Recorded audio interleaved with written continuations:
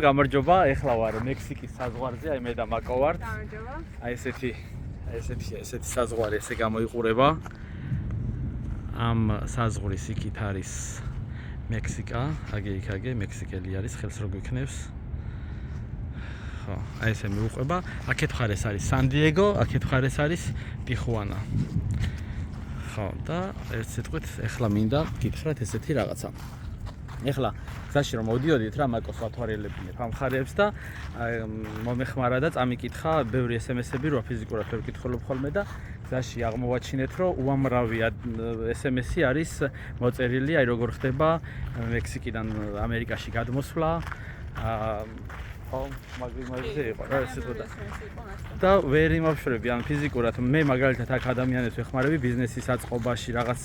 დასაქმებაშიც ანუ ფიზიკურად ვიღაცა თუ იცი რომ კონკრეტულად ვინმე ჭირდებათ კი მაგრამ აი ვერ იმავშვრები რა ესე რა ხო და თუ ვისაც გაინტერესებს კონკრეტულად აი მექსიკიდან გადმოსვლა ან რაღაც მე ეს არ მეხება საერთოდ არ ვიცი ვერ ვერკვევი და რომც ვერ ყვევოდი შეიძლება ცდომილება შეგიყვანოთ და ვერ გეტყვით უბრალოდ რა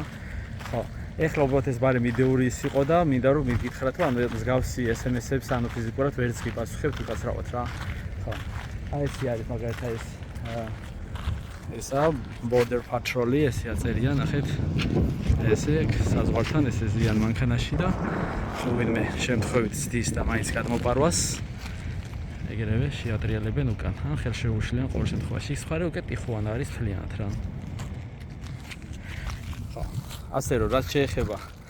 აქ საზღვარზე როგორ უნდა გადმოხვიდეთ ვერ გეტყვით ისი ამ კედელზე იქით მხრიდან შარშანწი მქონდა ვიდეოები დადებული და მექსიკის მხრიდან იქიდან არის დახატული ძალიან ისეთი ლამაზი გრაფიტები არის დახატული და სხვადასხვა იდეური რაღაცები აქვს დახატული რა ანუ იმით პულიზატორით აბა დროებით